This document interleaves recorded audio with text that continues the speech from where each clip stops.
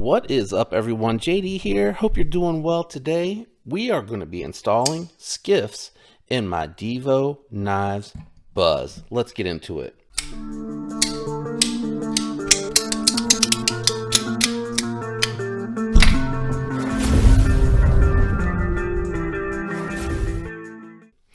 All right, so I got my NAF's burrito roll tool roll so that we can go ahead and do the disassembly and measure to confirm the SKIFFs. Also, I will have linked in the description the actual reference chart that SKIFF has on their website. So if you're ever interested for any knife, they have a list compiled of knives with the confirmed SKIFF size for you if you ever need that. I get that asked a lot, so I wanted to throw that out there. What I'll be using today is a set of bits. Those are going to be linked down in the description as well. And I just realized my mic is a little far away. I'm going to move that in closer and hope that helped. Bits, I really trust them because they do a good job. They are built well, and they're not going to strip out your bolt heads when you're trying to do the disassembly. Being that this is a Divo knife, I'm hoping, oh, no, yep, they're all T8s. Okay, just checking, and pocket clip might need to come off for this one. I have the Griffin tool, but I also have linked down below the stubby, and there is the Scout tool and a couple other tools that you can find in the links down below. You just got to go underneath the video and get to the description, and that will take you right over to where you need to be. So these are titanium. So when it's titanium, I usually lay them right here in the crest to keep them from moving around, because the magnets are not going to do a good job keeping those still while I'm trying to do the disassembly. So let's go ahead and remove the rest of the hardware. And I always go in from the clip side just because I find that it's easier for me personally to disassemble that way. From the lock bar side, I said clip, I meant lock bar. I think these are out. Yeah, they're both out. Okay. I didn't want to keep going. I have a feeling that the body, that pocket clip is, yeah, it's on the scale. Oh, Lord have mercy, that slipped right out my hand. I'm so glad. It's a little snug on the pivot. There you go. You can take a look at the inset liner. Really nice. You got a detent ball, 2 screws holding the lock bar insert in place, in case you were curious about that. And it looks like, yeah, it looks like the washer is separate also. So these look like they're a little bit skinnier. So let me grab this one since it's on its way out. I'm going to grab the SKIFF tool that they have here, their bearing and pivot size tool. Recommend that you grab one of these, and if you don't, you can always use a set of calipers. So they're definitely 5mm, but they look like they are 3/64. No, they are, wow, 5mm, and they are 1/16. They look so skinny. Nope, 1/16. Yep, okay. So, and I think he did say that in the video. It's just, I'm sitting on top of the, there we go. I was like, it's not laying flat. So let me go ahead and grab a set of 5mm 1/16. I have a bunch of them somewhere. So that's 3/16, 5mm 1/16. Let me go ahead and grab a set of these. Don't want to open for whatever reason. Make sure they're all, yep, 5mm 1/16 ball. And we'll go ahead and put these all back in the pack so I don't lose anything out here in the garage. All right, let's see. Whoa. Okay. Let me open these bad boys up, and set these down. Let me knock this loose. I'm just going to leave whatever factory lube was on these bearings on here. If you didn't catch that, these had the closed side facing the pivot, not the open side. So the open side was showing to you. I don't have my pen out here to mark those. The open side, as I was saying, is out here facing you. Not facing you, sorry. The closed side was facing the blade. Yeah. And the closed side was facing you. And the open side was facing the blade. So I'm just going to clean all this up. Take this pivot out and clean these washers off. I wanted to do this. I just legit unboxed this and recorded everything and posted like on Instagram and Facebook and everything. I wanted to do this on day one so that I don't have to worry about a track forming. And it looks like the D shape, I'm looking at the wrong scale. It faces the back of the knife. Sorry, I needed to look real quick. I'll be able to edit that for you guys though. Oh, this is loose. Hold on. Houston, we have a problem. Okay. So the D faces the back. And the DK, yep, that lined up right. It was a little loose, and I recommend Hops gun oil because it's not going to gum up.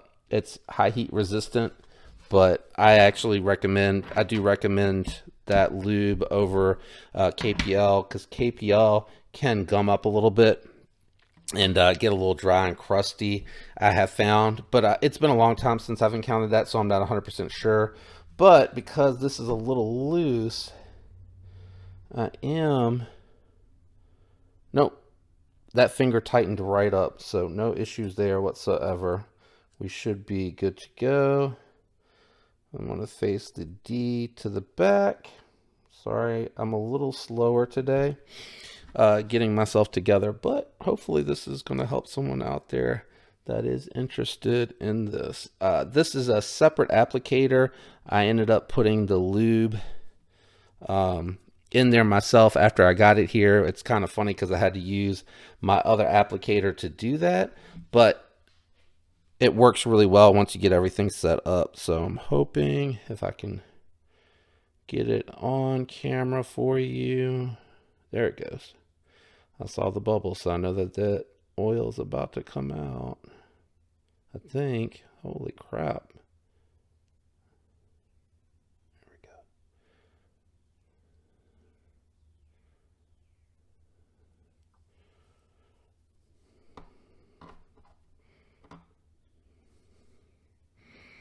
we go. Drop that down on the pivot. Drop that down, yeah, on the pivot in the bearing.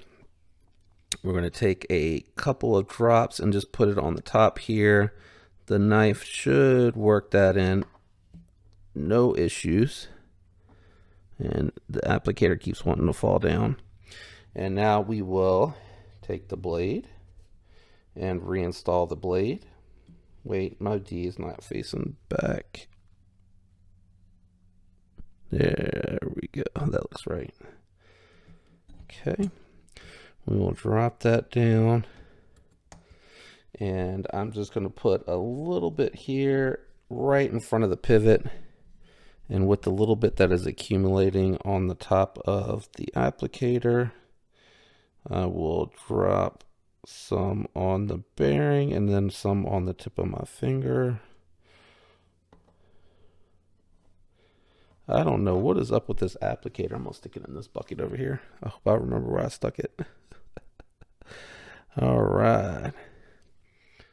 Let me dry my fingertip off. Go ahead and reinstall the outer scale, lifting up on the lock bar. Yeah, that feels like it's in there. And then I'm actually going to reinstall the body screws first. And I'm just going to go ahead and save myself a little bit of trouble for later. Oh, it's in there. And throw a little thread locker on the pivot. There we go. Try not to over tighten these. Got to be careful with the titanium.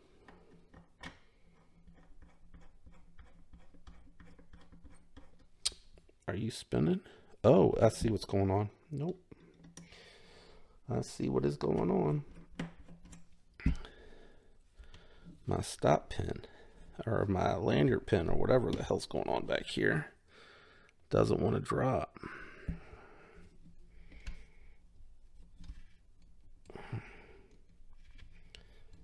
Ooh. Okay. Let's try that. Come on, stay open.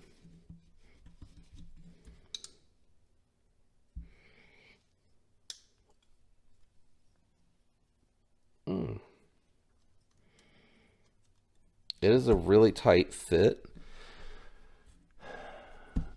I don't know if it's falling out of... Oh, goodness. That is really snug. I don't know if it's falling out.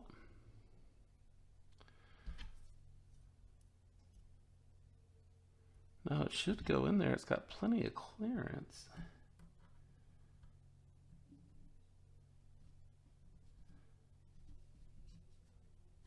Oh, it does. It's leaning. Okay, I see what's happening.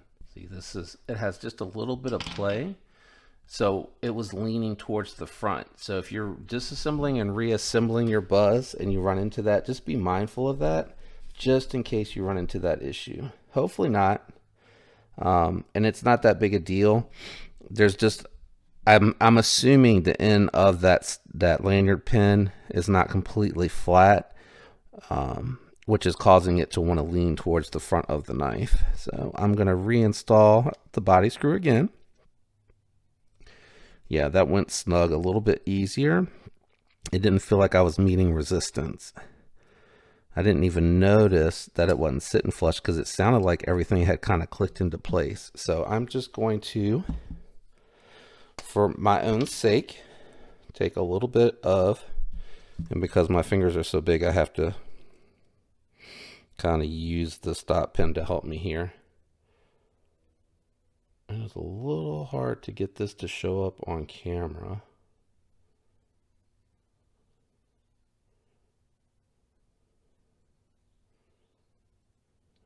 Oh shit. Sorry about that, y'all. It's so hard to get it to... Actually, I think I have enough on there already. Let me see if I can work that in a little into the threads, and then I'll just take the excess off on my microfiber cloth. Okay. Hopefully that's not too much. I don't want to gum it up.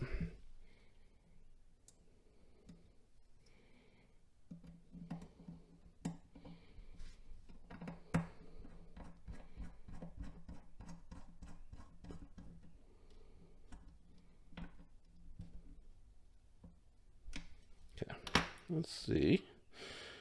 Nope, the pivot moved. Why did that move?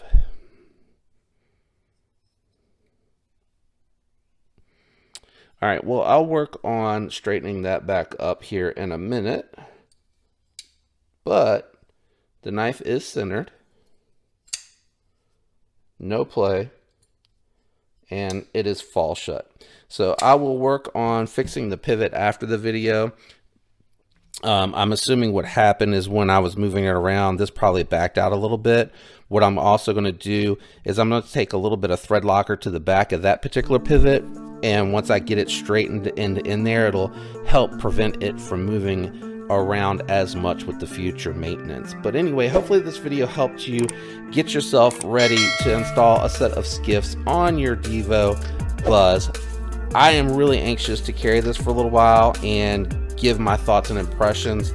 A little bit smaller than I thought it was going to be.